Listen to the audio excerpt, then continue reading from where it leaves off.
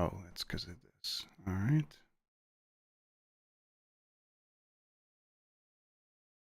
There we go. Oh, yeah. There we go. All right, now we're good. We're starting in 5, 4, 3. Like a gummy bear.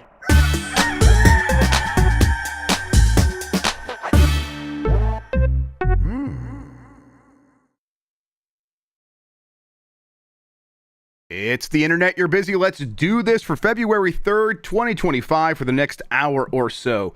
Let me help you sort through the world of gaming on Game S Mornings Live with me, Jeff Grubb.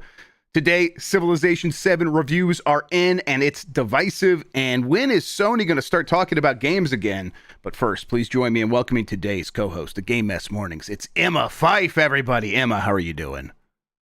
You know, I'm just great. Sure. Yeah, living day to day. I have to tell you, I watched Cybermania 94. Hey, that's a fun one. The other day. And it was great. Honestly, if I were producing the Game Awards, I would study that very hard. In a lab, yeah. And because there's like a lot of things that they did right.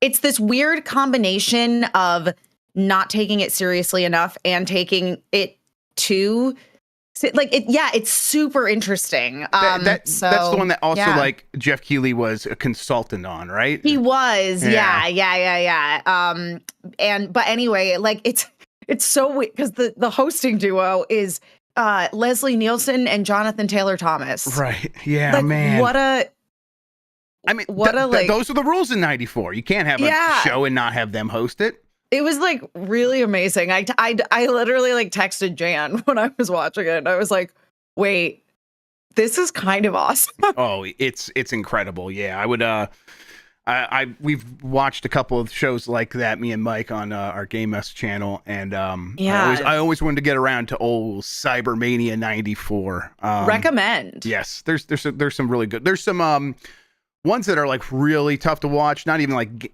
Keighley related. There are some like the other award shows, even from like the last several years, that are really rough. Those are a good watch too. So, yeah. So Cybermania is coming back. You think we're gonna get a Cybermania 2025 this year? I think I think it's time we bring it back. Honestly.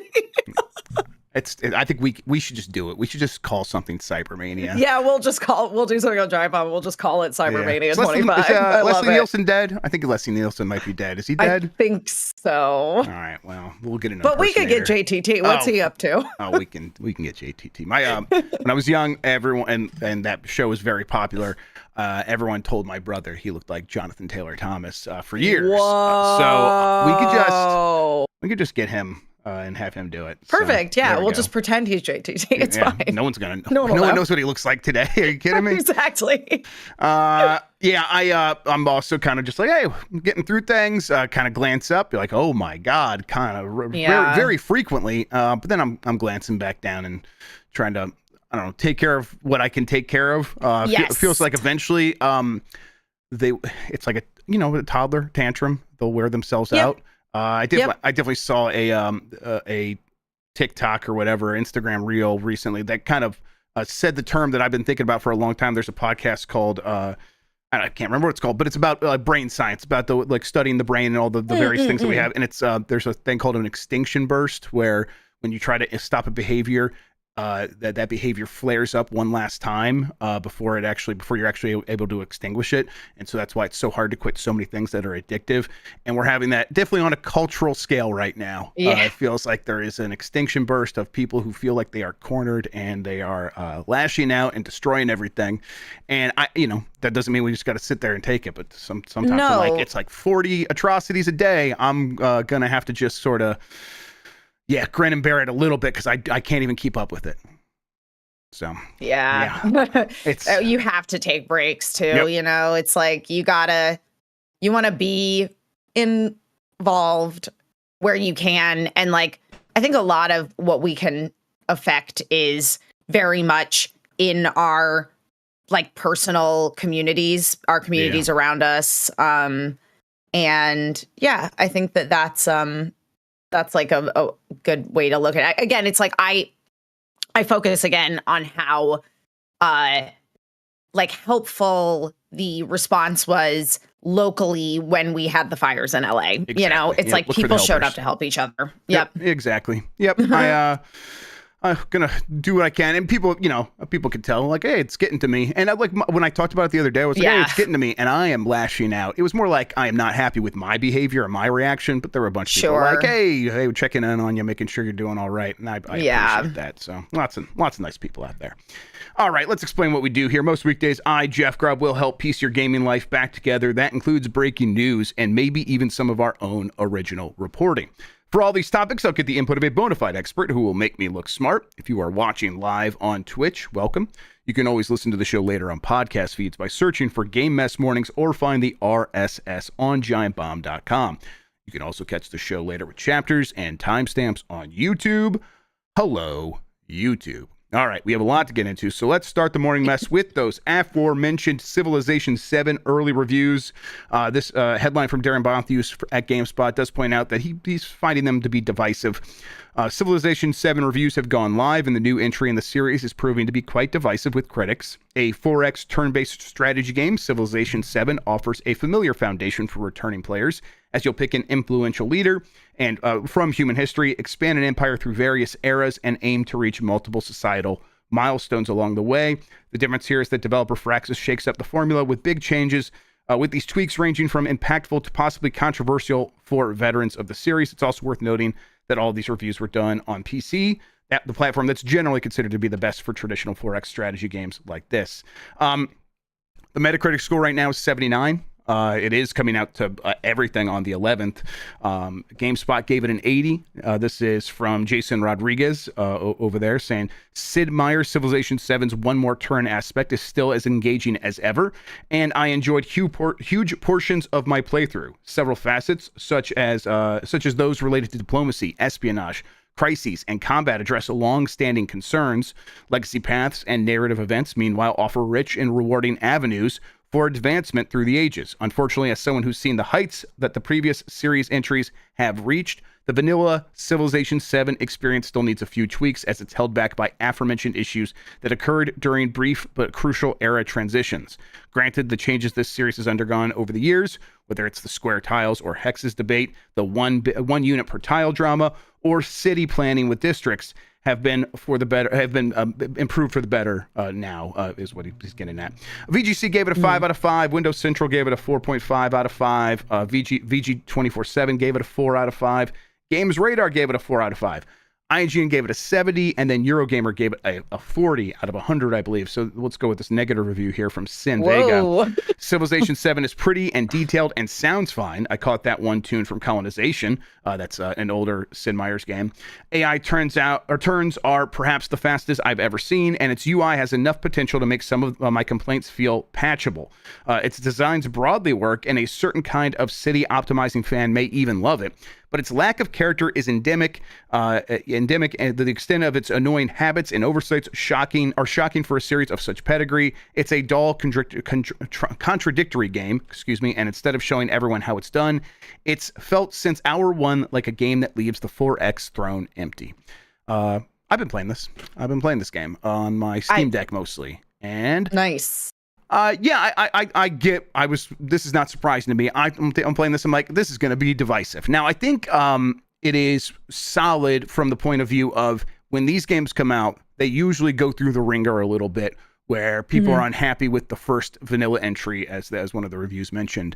And I think, like, comparing it to other launch versions of Civ, this one's pretty good. They've got most of the stuff kind of figured out. I think the problem is, I'm one game in, right? I haven't completed my first game, so I'm still learning a lot of the stuff. So I'm in that weird early relationship period where I'm like, is this stuff not substantial, or am I not understanding how to engage with it? Both are a possibility, and I always keep that open. And I think it's always going to be hard to review a game like this in a few days, a game that people are going to play for years and years. But I think I've kind of settled in on, like, hey, I think this game is still very playable. There are a lot of good aspects to it. I think the era system, where it's like you are picking a leader at the beginning of the game, and then you play through like one era, and it's almost like a period in a sport like hockey, where it's like, okay, we're gonna like finish this period, and then we're gonna kind of wipe everything. Not everything. You're gonna keep your cities where they are mostly, but and a lot of them are going to revert to a more a starting state, so you could do that early. A part of civilization that does work really well over and over again, and I think that works, but it also makes it feel like you lose a little bit of the character of your civilization. It also feels like some of that in-game stuff you're working toward, where it's like, I'm a behemoth now and I could just steamroll everybody. It doesn't feel like you'll necessarily get to that point in the same kind of way. And then I think like stuff like the crises are. There's not much to them. Like I every handful of turns, every 25 turns, every 50 turns, one of my cities starts getting sick. They have an outbreak or something like that, and I got to deal with that. Sure. And it's like, okay, to deal with that, I got to start training doctors, and then I got to send the doctors to the other side of the world, because I've started expanding to the other side of the world, and I can't build doctors over there yet. But my cities won't do that fast enough. And so far, by the time I've like been ready to deal with the crises, they've ended and we've moved on. And it felt like, okay, this was, I think, it's not the worst thing in the world. It adds some like obstacles, pushback from the game. Sure. That I think is pretty good. But it's like, I think a lot of the stuff is just insubstantial, where you are going to get these narrative choices similar to the crises, where it's like, okay, pick these two things, and it's some text, and there's a little bonus that you might get from like, plus 20% on your science research for the next 10 turns. And like, that's the thing that's going to matter. And it's so far away from something like a Crusader Kings that is like all about making you feel like you have this lineage going from the beginning to the end of the game, that it's like, this is gesturing towards an idea and not really a substantial idea itself. So sure, yeah. I think it's solid fun. I'm enjoying myself, but a lot of the new ideas are not hitting for me. Right. Yeah. So it's like you are, as you say, it's kind of like each era is like a chapter, or it's like another part in a book series, where it's like, there's a lot of related stuff, but it's not necessarily building on the foundations that were established in the previous era for the purpose of this, simile, the first book. Yep. Yeah. Interesting. I mean, I'm still interested in it. And Mike Minotti, I saw in chat, wants people to know that he's played it and he likes it. Look, I like turn-based strategy games. I have never played Civ, but this is, that sounds up my alley. Yeah, I mean, I think the really good thing here for me is this thing works great on the Steam Deck. There are some there's some bugs, UI bugs. I'll be hovering over a bunch of options in a list, and then eventually the highlighted part, like the thing that says, hey, you are hovering over this option, will just kind of like double itself and then stay on one of them. So it's like there's two options I might be clicking on. I'm not sure which one it is, so I have to go up and down until it goes away on the dead sort of highlight here. There is it's kind of hard sometimes, especially once the cities get very populated with different buildings, to tell which cell of the hexagon that you're highlighting, and that's a little frustrating. I imagine that could be as much of an issue on PC as it is on Steam Deck. And so, just little things where it's like, okay, I think they're going to be able to improve this over time. But as it is right now, I kind of can't put it down. It is still Civilization. Yeah. It's still one of those games. And I think the real story here is this is a good start. And in a lot of ways, it's a better start than many recent Civ games have had. And so if you have faith that the studio will continue to support this game, which you should have based on their track record, you're in for a nice, long, well-supported game that is going to be there for you for quite some time. Let's see. Hey, real quick, Kingdom Come Deliverance reviews came in as well. It's doing very well. I'm going to refresh on OpenCritic. It's at a 91 right now on OpenCritic. PC Gamer gave it a 90 out of 100. Says Kingdom Come Deliverance 2 is a big, bold, unutterably weird thing. I don't know what that means. And it's a new RPG classic. Game Rant gave it a 10 out of 10. Says with Kingdom Come Deliverance 2, Warhorse Studios delivers one of the first great games of 2025. GameSpot gave it a 9 out of 10. It says it is a triumph sequel improving upon its predecessor with an open world RPG that delights in its complexity and emphasis on player choice. Gotta say, this was one I'm like, man, they're sending out those reviews early. I got my eyes on it, but I'm, I'll play it once it's out, once I hear good things. These are very good things. This is very exciting. A lot of the reviews are in, so I imagine that 54 reviews are in. So this is probably where it's going to settle in around like 90, 91, maybe 89 after a few more reviews. That's still, though, that's enough to be considered for Game of the Year. A lot of the games last year that were considered for Game of the Year were right in this zone on these aggregate sites. Any interest in Kingdom Come Deliverance II? I've been working on some paid projects for it. Well, there you go. You're sullied. Oh, no. I think they have a lot of confidence in this game, though. So I think, they're very, they have a lot of confidence in this game. They are very particular about this game. I bet that's true as well. Yes. Kiko Manbuster says, no one drafted it. I think you're right. I don't think anyone drafted it. I wonder if anyone in our Fantasy Critic League is what we're referencing. Actually ended up picking up in free agency either. I don't know. I'll have to take a look here in a little bit, but yeah, that's a really good score for this game. And that might be the next game I check out. I'm in the mood for an open world RPG that is weird, as these reviews are describing. I don't know what makes it weird, but I'm ready to find out for myself. Yeah. All right, let's keep moving here. PlayStation State of Play set to air later this month, according to a report. This is from George Yang at GameSpot. Sony is reportedly airing its next PlayStation State of Play presentation sometime this month, possibly during the week of Valentine's Day. This comes from industry insider Nate the Hate, shout out to Nate, who previously incorrectly reported when the Switch 2 was going to be revealed. When asked about when the next State of Play presentation would air, Nate answered, what does your heart tell you? The heart reference might be hinting at Valentine's Day. As for what PlayStation could show off in a new State of Play, he talks that way. Nate talks that way. They drop these kinds of hints. Death Stranding 2 and Ghost of Yotei are slated to launch this year. Insomniac Games recently went through a management shakeup, but has yet to reveal a release date for Marvel's Wolverine. Given PlayStation's disastrous live service initiative, including reportedly canceling a live service God of War and the shutdown of Concord, it's unclear whether we'll see Haven Studios' Fair Games or Bungie's Marathon soon. I think both those games I reckon are supposed to be out this year. Marathon's definitely supposed to be out this year. Who knows what happens with either of those? But if they were going to cancel those, I suppose they would have done it by now. But I don't know. They're as we talked about with the cancellation of that God of War game, Emma, Sony was going around and kind of taking stock of what it had, and maybe it's in the middle of that process still. I'm not sure.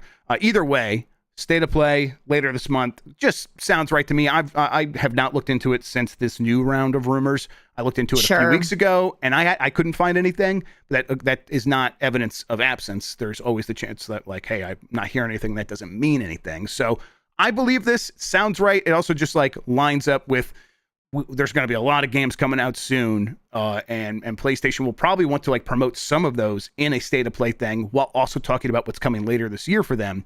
I think this does happen in the next couple of weeks. How about you? Yeah, I mean, look, it's that time of year. We're getting into February where a lot of very long games are being released, and we just don't know what's coming from PlayStation at this point. So yeah, this definitely sounds right to me, and I think that it was also mentioned that that we've got some television adaptations that are, based on PlayStation properties. I don't know. It sounds right. Yeah. I don't have much to say outside of that. Yeah. I mean, yeah, totally. Like I've said before, when I did look into this, I heard that a Nintendo Direct would be happening for the Switch 1 in February. Sure. So we've already had Microsoft do their thing. These big companies are looking to get out there and do their direct to consumer shows in the first couple of months. So the part of me is just like, yeah, of course Sony needs to do this. But we've said that before, and the company definitely seems like they're in a position where if they don't have anything to talk about, they won't talk about anything. And really then when they do a State of Play, it's a lot of times it can be it can feel obligatory, where they just did this because they told some developers, hey, we will put you in a State of Play, so that is us living up to our end of providing a certain amount of money's worth of marketing. So, God, should we even be getting our hopes up for this? I feel like we should, but they're canceling a bunch of games. I don't know. What do you think? Yeah. I mean, it was interesting, going through your list here and seeing things like, oh yeah, I kind of forgot about the Wolverine game and things like that. So I think that like there are enough things that are in the ether that are due for more information. But as you say, there is a certain level of obligation when you have all these other companies like Xbox, like Switch, doing their, first party like dev streams, and especially with things like Nintendo coming out with the new hardware. Yeah, I mean, I think that yes, we may see this, but also it may not be anything that is too exciting. It'll just be like, oh, here's what we have to show of Ghosts of Yotei or something that, we know about, that we've seen a little bit of. Yeah. Yeah. I think, right, they'll definitely have like Ghosts of Yotei information there. They will probably, talk about, like, if this does happen Valentine's Day, Monster Hunter Wild could just pop in there because that's coming out later in the month. That sort of thing. Updates on big games that are coming soon. Right. Update on a game they've already announced, and then maybe one other surprise. I mean, for a while there, like we could have one of these shows on the horizon and be like, and this is where we hear about the new Blue Point game. Well, as far as we're aware, that game was canceled, and they made, and as far as we're aware, they didn't have anything else in the works. Maybe they did. Maybe this was a separate project from the, hey, they're working on an entirely new game, and maybe we could read into that meaning, well, that couldn't be the God of War thing, because that's not entirely new. But I don't think that's what they meant. So yeah, it's kind of hard to like imagine what they're going to fill this in with, if it's not like something like Wolverine. And I'm still not sure if that Wolverine game is coming out this year. Yeah. I truly forgot about it. Yeah, I just don't want to get my hopes up for it. And so I put it in the back burner, not even on the back burner. It's completely off the stove. And and those leaks come out. It's like, hey, they might have that Venom game first, or maybe they canceled that or moved it down the line or aren't going to do it right away. And so, okay, so that was going to come before Wolverine. So Wolverine was kind of never planned for this year. I'm not getting my hopes up for something like that. Yeah. Okay, let's keep going here. Community testing plans for EA's new Battlefield game have seemingly leaked. This is from Tom Ivan at VGC. The first details of EA's community testing plans for the next Battlefield game have seemingly leaked ahead of an imminent announcement on Sunday. I think this announcement has now happened, by the way, everybody. I'm not sure, but I think it popped off while we were doing this. On Sunday, the publisher told fans to tune in on Monday, February 3rd at 5 p.m. Central European Time, 8 a.m. Pacific Daylight Savings Time. That's, now, for information about the upcoming Battlefield community testing program. According to a Reddit user, details about the program were added to Battlefield 4 in-game ahead of schedule. Battlefield Labs is a new exclusive testing environment connecting a selected number of players directly with our developers, reads a message when they booted up the game. You'll test while providing us with crucial feedback in order to make the best Battlefield possible. We're kicking things off with players in Europe and North America before looking to expand in the future. While spaces are limited, we encourage everyone to sign up. The next Battlefield game has been in production at multiple internal studios for several years. EA revealed that the first details on the new Battlefield late last year, alongside confirmation it would hold testing in 2025. Battlefield's in a weird place where it's not Call of Duty. It never was Call of Duty, but it was trying to be, and where they could just put out one every year and get a huge audience of people that will just show up.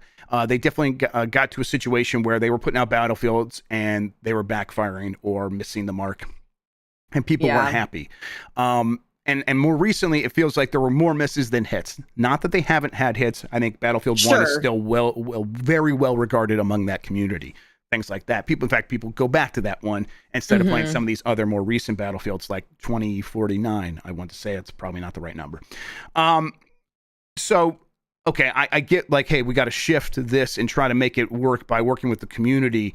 I wonder if that's like, if this is just a marketing thing, or if this is really how they're approaching this game, Emma, where it's like, hey, we got to work with them to kind of build up goodwill and find out what's going to work and let them know that we're prioritizing what they want first. Do you think that's real here? I mean, do I think it's real? I'm not 100% sure. Do I think it ought to be real? Yes. because as you say, if you are, because again, it's the idea of it was never Call of Duty, but it's kind of trying to be Call of Duty. So I think that, again, it's like the way that you build up goodwill with the community is to collaborate with them. And also, again, you're putting yourself in a position of being able to listen to your players and go, okay, well, what is working about this game? What isn't working about this game? And I think you just build up a lot of loyalty that way, of people who feel like they had some sort of contribution to the process and felt like they were listened to by the devs. I think that is a hugely important part of game development these days. I mean, especially we see with so many indie titles, them going out in like early access, and you look back on something like, we talked about many times the disaster that was Concord. It's like, well, I think a way to sort of attempt to future-proof yourself against something like that is to, again, be in there, with the community to offer up these opportunities. I'm looking at an article in Eurogamer right now about this, and basically, you have to sign up and sign an NDA to test out some of the classic modes that they're planning to put in this, like Conquest and Breakthrough. But yeah, I mean, I think that the idea of having these test periods that include the community and have those times for player feedback are, I mean, it's like that's what they should do, and they should take that seriously and not just use it as a marketing ploy.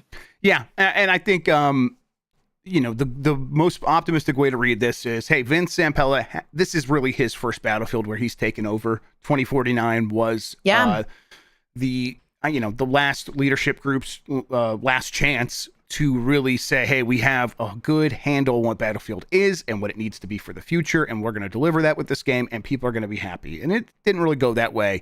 And now Vince Zampella fully in charge, and he is maybe bringing in some of that that old Respawn idea and energy, and really, the Respawn way of doing things. We talked about this before on this show, is something that EA did look at, especially after Apex Legends, and like, we want more of that. Now, their way of doing things is, we're going to have half of development be come up with just every great idea you can possibly think of. We are going to, don't worry about if it can work in the final game. Just every great idea you have, let's get it up, let's test it for years. And then the second half development is take the best of those and make a game based on it. And, that this is not exactly that, although I get the idea that they're also doing that as well as reaching out to fans. But it's like, okay, well, Battlefield is a legacy franchise that has has a lot of people who have a lot of preconceived notions about what it should be. If you are bringing in every great idea you have, and that is going to change things up for Battlefield, maybe slowly introducing them to the community, let them get used to it, or give their feedback, and if they really hate it, letting them say so, is a good way to, like, okay, we're going to try to feel this out. I have faith in this team just because, hey, they have Vince Zampella in charge, and he's like one of the few senior executives that seems like he is not constantly mismanaging projects. So I'm hopeful on that side of things. This is them fully come out there and be like, hey, it's happening. And as always, that's probably part of it is, hey, we would like you to come work at our studio if you want to make this game. So we're probably years away still from seeing this thing finally delivered. And really, this is now EA doing this with the second game. They did this with Skate as well. Skate 4 is another game that has been in development with a lot of public testing for years. So if this is EA's new way of doing things, okay. I mean, I just don't know if it's really going to be enough to undo what EA has become when it makes these kinds of games, Yeah. I mean, EA, they've got a reputation working against them at this point, shall we say. Yes, definitely. That's the right way to put it. All right, let's take a quick break. When we come back, plenty of more headlines to get into, including EA is currently investigating numerous issues with Sims 1 and 2, just like we kind of predicted when we talked about that last week. We'll talk about that right after this.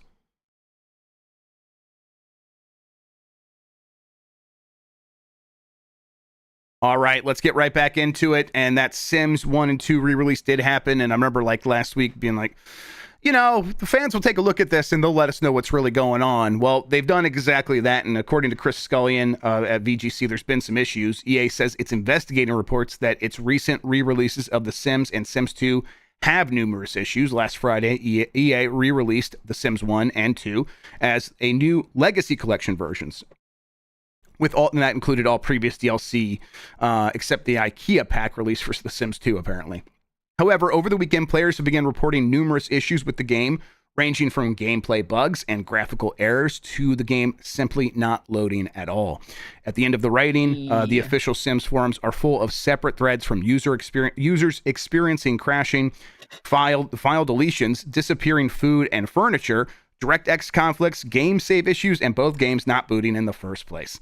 Now EA has released a statement acknowledging the problems, telling players it's looking into solutions. So, I mean, this always happens. So at a certain point, I'm like, this just must be kind of how software works sometimes, where you kind of try to piece it together and you're like, we got to just put it out so that people can try it on all their various systems, and then we'll fix it at that point.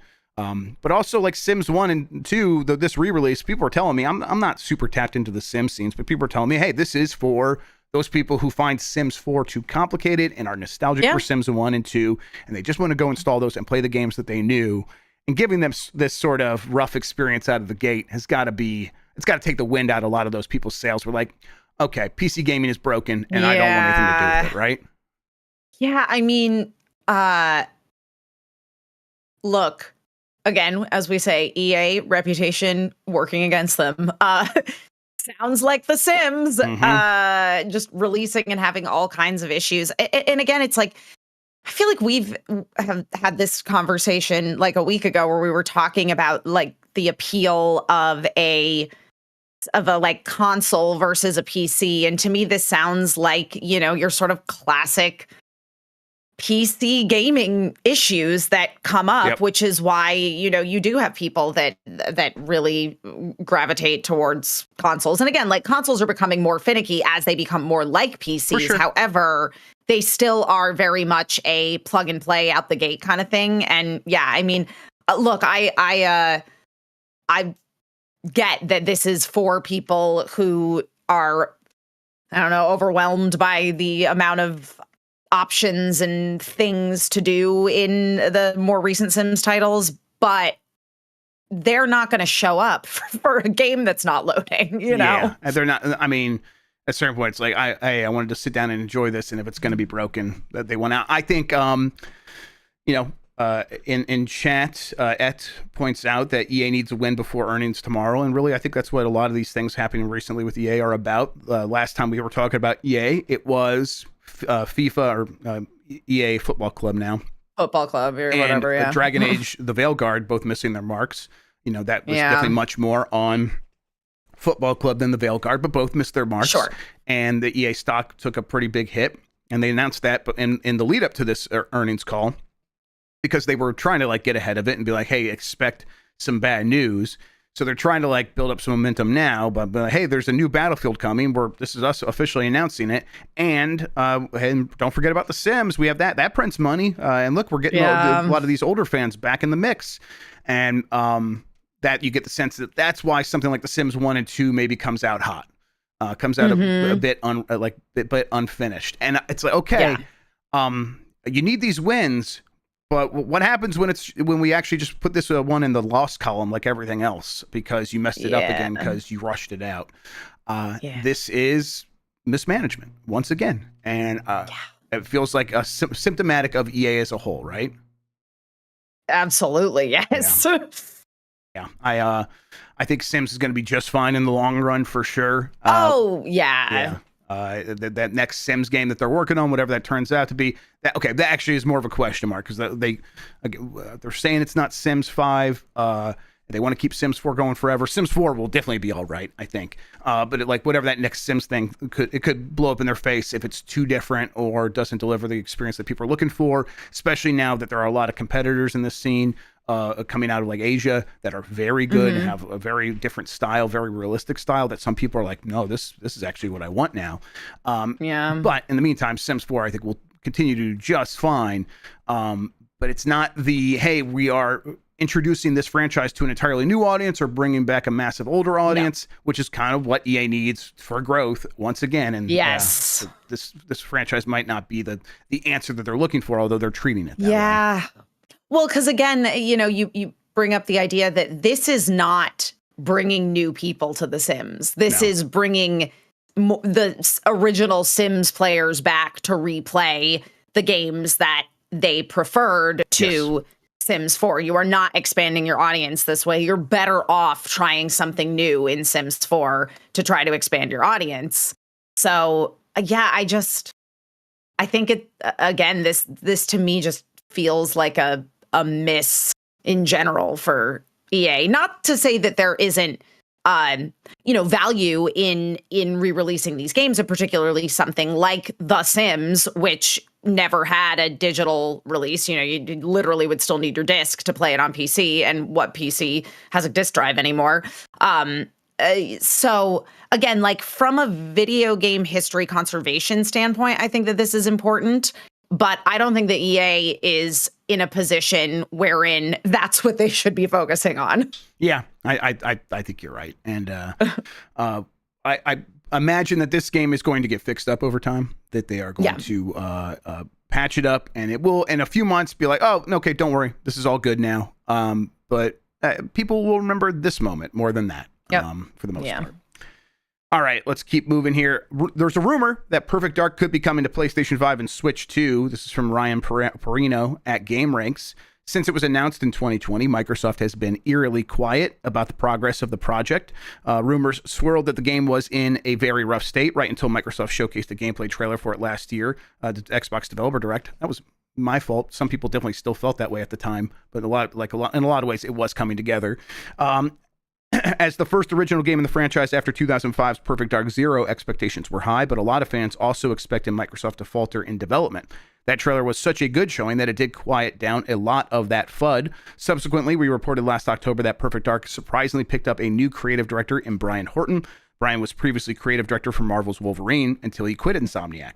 While Insomniac did have people ready to take over that position, with Insomniac founder Ted Price now leaving the studio, that FUD certainly seems to have switched places between the two projects. We'll see. As shared on the Gaming Leaks and Rumors subreddit by user Jason versus Freddy versus nothing, the initiative has a new job listing on their website looking for someone who can optimize and ensure the scalability of the rendering features to support multiple platforms and quality settings. Subsequently, Ecstasis, who is a relatively well-known leaker who has a pretty good track record, claims that this is evidence that Microsoft plans to publish Perfect Dark on the PlayStation 5 and the Switch 2. And at this point, with Forza Horizon getting announced for the PlayStation 5 last week, Emma, this sounds like, yeah, of course Perfect Dark is coming to PlayStation 5. They've spent a long time making that game. They want to make money, right? Yeah, exactly. They want this to be as accessible to people as humanly possible. Like anybody that owns a console, a PC, and anything that can buy it, they want them to. Yep. I think at this point, everyone accepts that that's kind of what Xbox is. Even the fans. I mean, they're still they have their mourning kind of constantly still, but I think even they are really starting to get it. No, totally. And it's like I even saw, some discussion in the chat when we were talking about the upcoming PlayStation showcase and how one of the things that, people predict could potentially be included is that, Starfield is coming to PlayStation, which is, again, just kind of going back to that point that Xbox doesn't have exclusives. They just don't. They don't care. It doesn't matter. Yeah. And it's I think they're at a point where, like, hey, we made these games and we just want to make money. We've had this conversation. We just want people to play them. We've had this, a million times. And I think even if we didn't have like these rumblings or whatever, even like, Jesse in chat points out, this is an old job listing. Even without this stuff, if you ask me, do I think Perfect Dark is coming to PlayStation? I would say yes. Yeah. I don't know if it's going to be day one. I don't think it's going to be day one, but I think it'll come to PlayStation. And at a certain point, why not Switch 2 if you could support it? Because Perfect Dark has a Nintendo lineage that they would want to capitalize on. It does, absolutely. I mean, but that being said, as somebody who did not have an N64, I would have bought Perfect Dark for the PlayStation, or I would have made my parents buy it for me because I was a child and didn't have disposable income at that point. Of course. But yeah, I mean, look, the era of having anything be exclusive forever is just shooting yourself in the foot. Yep. At this point. Yeah. And,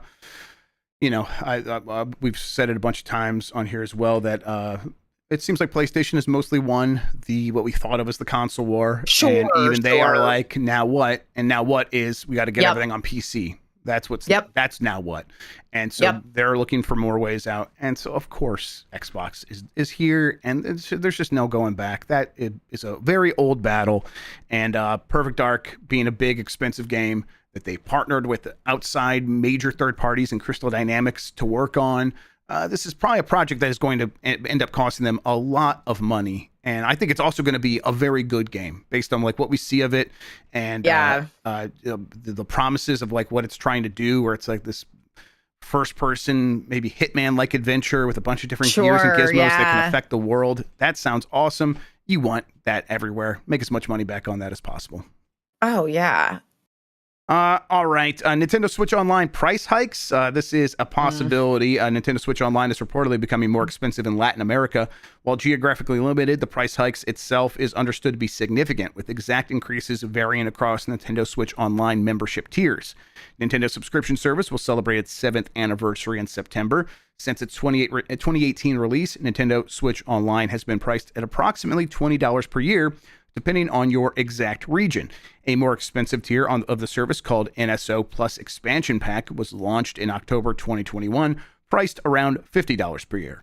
Although Nintendo has raised NSO prices over the years, such adjustments were infrequent and never global.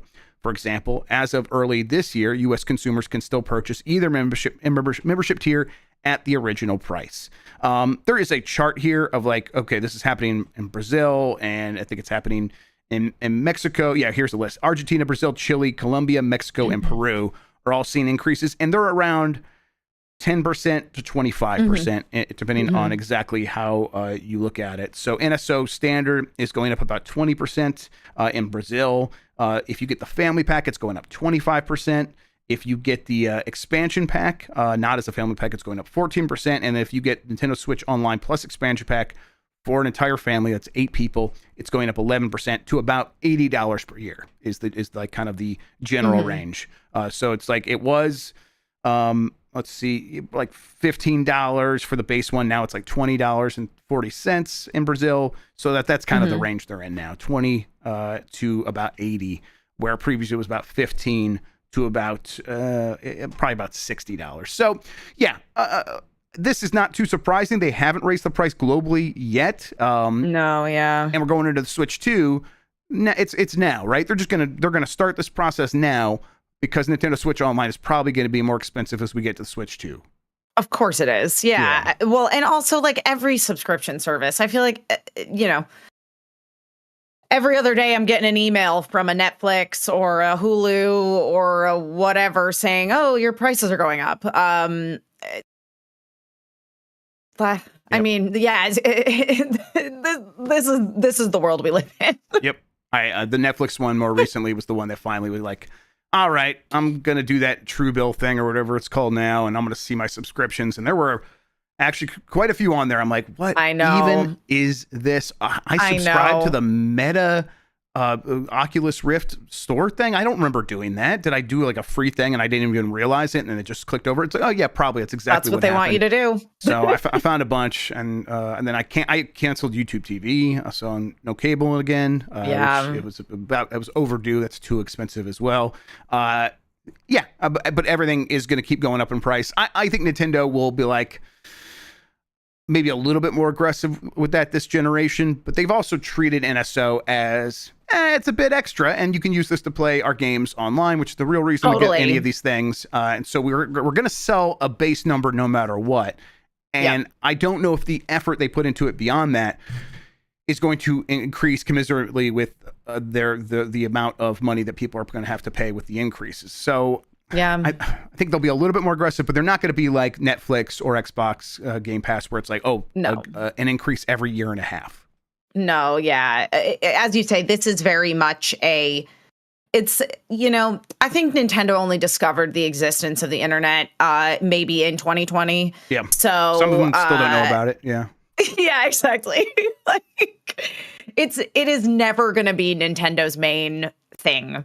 Nintendo is always going to rest on the laurels of their IP that will always be exclusive to Nintendo. And they literally have the internet because everything they have internet connectivity because they all game systems have internet connectivity and online gameplay options. Yep. And so that's like Nintendo going to Nintendo. They're going to raise the prices when they remember. Yep. It's I think that if they do improve anything, it is maybe a new like TurboGrafx 16 gets added to the base version, and I don't even know what they would add to the expansion pack for the Nintendo Switch Online games. And really, there's not a ton of options there. I mean, so they could bring Sega back in and do something with like Genesis, or they have Genesis, but like Sega Saturn and maybe Dreamcast, but that feels unlikely. And so it's like, what else can they do? I mean, a new thing like Tetris 99, they'll probably have that, sure. But very few have hit like Tetris 99. So again, they're just not going to have a lot of options available to them to make this service feel any better than it has. And yet they know people will bear a slight price increase to be able to continue to play Mario Kart online if that's what they really want to do. Yep. Okay, let's get through these last handful of stories. Roll7's games OlliOlli World and Rollerdrome have been delisted from Steam and Xbox. This is from Chris Scullion at VGC. The two final games released by shuttered developer Roll7 have been delisted from Steam and the Xbox Store, as spotted by PC Games and OlliOlli World and Rollerdrome are no longer available to buy on Steam. VGC can also confirm neither game can be purchased on the Xbox Store, though both are still present on the PlayStation Store, and OlliOlli World is still on the Switch eShop. It's not yet clear whether the game's delistings are a temporary issue or the result of Take-Two's decision in November to sell the indie label Private Division, which published both titles. Following months of speculation, Take-Two announced in November that it had sold Private Division, including most of its existing and unreleased titles, but it didn't disclose who had acquired the label or for how much. Earlier this month, Bloomberg reported that the buyer was Haveli Investments, a private equity firm based in Austin, Texas. The report claimed that Haveli intends to launch a new company that will publish Private Division's remaining games, started by former Annapurna employees, but didn't reveal what was to happen with the games recently published by Private Division, such as OlliOlli World and Rollerdrome. So these games seem like they're in a purgatory, and we don't know if there is something is happening in the background that will get these games back up there and make sure the people that have the rights to these games continue to get money from them. We don't know, and it's just like, oh man, this is more fallout from the weird world of major companies getting in the world of indie game publishing, and then they get bored and distracted, and these games are the victims of that, right? Right, and also and it contributes to the larger conversation about physical media, which we talked about, I think, last week, and the fact that I don't want to own physical copies of things because I'm just playing it on a computer screen anyway. It's very different with books. As you say, with a book, it's like that is the experience, even though I have a Kindle as well. But here is your argument for the importance of physical media is because they can't just delist that and take that away. And there is a physical Switch version of OlliOlli World. So I think if you have these games already and you're digitally, I think you can continue to download them as they were for sure. But you're right. Now, I think a lot of people just count on, well, I'll get around to those eventually, so I'm not going to buy it now. I'll buy it then. And that safety net is not as safe as you might think. And that's where it's like, if you just have the physical copy and you buy that, you don't have to worry about any of this. Yeah. Yeah. And I mean, also like the used games market. Of course. Yes, there are benefits. And we don't want physical games to go away. They kind of offer this pressure on publishers to keep prices down a little bit more than digital games do. Yeah. So, in the meantime, though, I hope that this team of people that worked at Annapurna, which they say they seem to be very good at their job, and that when that thing blew up for a bunch of reasons, they all left together, and now they're all going to work together again, kind of taking over what happened with Private Division.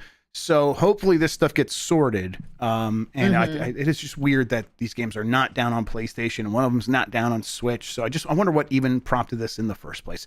It's so strange. Could be like every once in a while on the back. I don't know. I'm guessing every once in a while on the back end, you have to go in and someone has to like sign something, like click something, be like, hey, yes, keep sending the money here. Continue your licensing agreement or whatever. Yeah. Maybe that just expired, something along those lines. So who knows? I don't know. Yep. Very, very weird thing.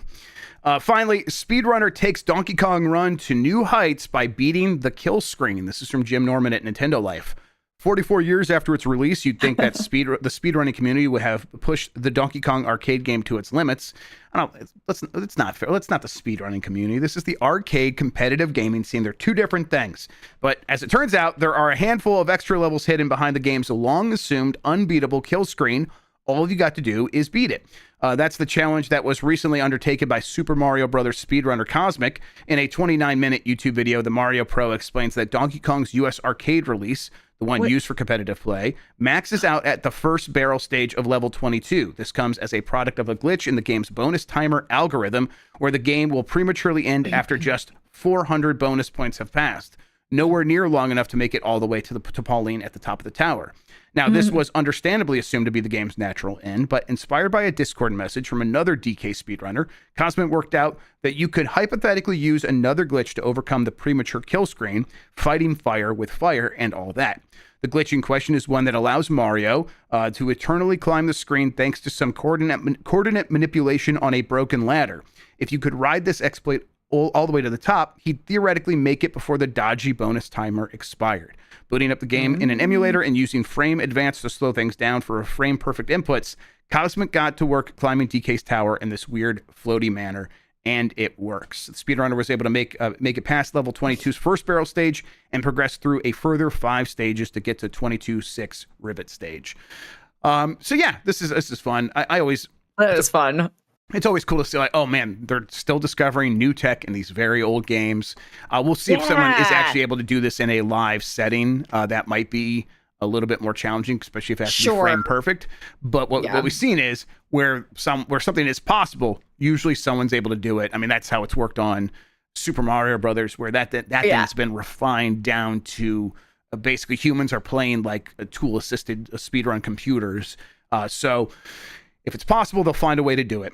But again, I would like to see that live and see someone set a whole new high score. It's going to be fun. Somebody's going to be able to. I truly believe it. I mean, again, it's like, yes, you have to be frame perfect, but there are people that can pull that off. And I love speedrunning. I love people figuring out just ways to break games. Yeah, and it does, like, this is, I'm saying, the arcade competitive scene, but, like, these are speedrunners figuring these things out, that's normally how it goes, where the speedrunners are just so obsessed and so meticulous and have such a strong community, like, and that's, someone always is like, hey, I have an idea, and then some speedrunners like that gives me an idea, let's try to do this. And God, that's the best part about it for sure. It's awesome. Yes, the common denominator is that they're sickos. That's right, Frenetic Finesse. All right. I think that's going to do it for the headlines. We got a poll question. Let's bring that up from last week. Would you still be surprised if Halo came to PlayStation? 79% said no, and 21% said yes, they'd still be surprised. Let me refresh that and make sure that is the latest on there. Yes. Okay. There we go. That is indeed. Hey, 1 in 5 people still being surprised. I guess it's not crazy, but I think people should stop being surprised by this. I think seeing 80% basically of people being like, no longer would that surprise me. That's the sign that Microsoft's messaging is finally sinking in, right? Yes. Yeah. At this point, I think we probably get like Halo, the Master Chief Collection on Switch 2 and PlayStation 5 this year. Yeah. That wouldn't surprise me at all. Wouldn't surprise me at all. Yeah. Again, like I've said it before, weirdly enough, Xbox, not in the business of selling Xboxes. No. Yeah. I mean, they'll keep making them and they'll sell you one, but no, they're selling much bigger things than that. And that's Call of Duty. All right. That does it for that poll question. I have another one to go up here very soon. In the meantime, though, Emma, why don't you tell people where they can find you on the internet, what you have going on, all that good stuff? Well, I deleted Instagram from my phone, so really just Blue Sky. I've got that. I recommend to anybody that I now, when I go to try to open Instagram, it's my Pinterest, and my Pinterest is very lovely. It's nicely curated. It's all home decor and fan art of video game characters that I like, sometimes smooching. It's great. Pinterest is wonderful. And I recommend that for your mental health. There's less news on Pinterest. So yeah, and then yeah, I don't know. I'm around. I'm doing stuff. I'm traveling a lot for work in the next couple of weeks. So Yep. I'll be in New Orleans this week. I'll be in San Francisco the week after that. What a time! Yep, on the move. Emma Fyffe always moving, everybody. You'll never be able to catch her. She's always one step ahead. Yeah. All right, new poll question. Elden Ring Night Rain is apparently a roguelike. Does that make you more or less excited? Your options are more or less. So we'll get the results of that and talk about it here on Game Mess Mornings on Giant Bomb on Wednesday. Speaking of Giant Bomb, the Bombcast will be back on tomorrow. Looking forward to that. Talking to the team about Civilization 7 and a few other things that have been happening. Maybe I'll get a chance to play some Kingdom Come Deliverance II and talk about that before we go live. And then, this week we should have more Blight Club, more Voicemail Dump Truck, more UPF, maybe a BCR, a few other things. And then we'll try to do some other fun streams for you all as well in between all of that. In the meantime, though, Emma, I think that's a show. Thank you so much for hanging out with me today and talking about video games. I really appreciate it. You're so welcome. Yep, and we'll make it again happen again next Monday. Thank you all for watching and listening. You are the best audience in gaming. Until next time, have a good one. Take care of yourself, and goodbye.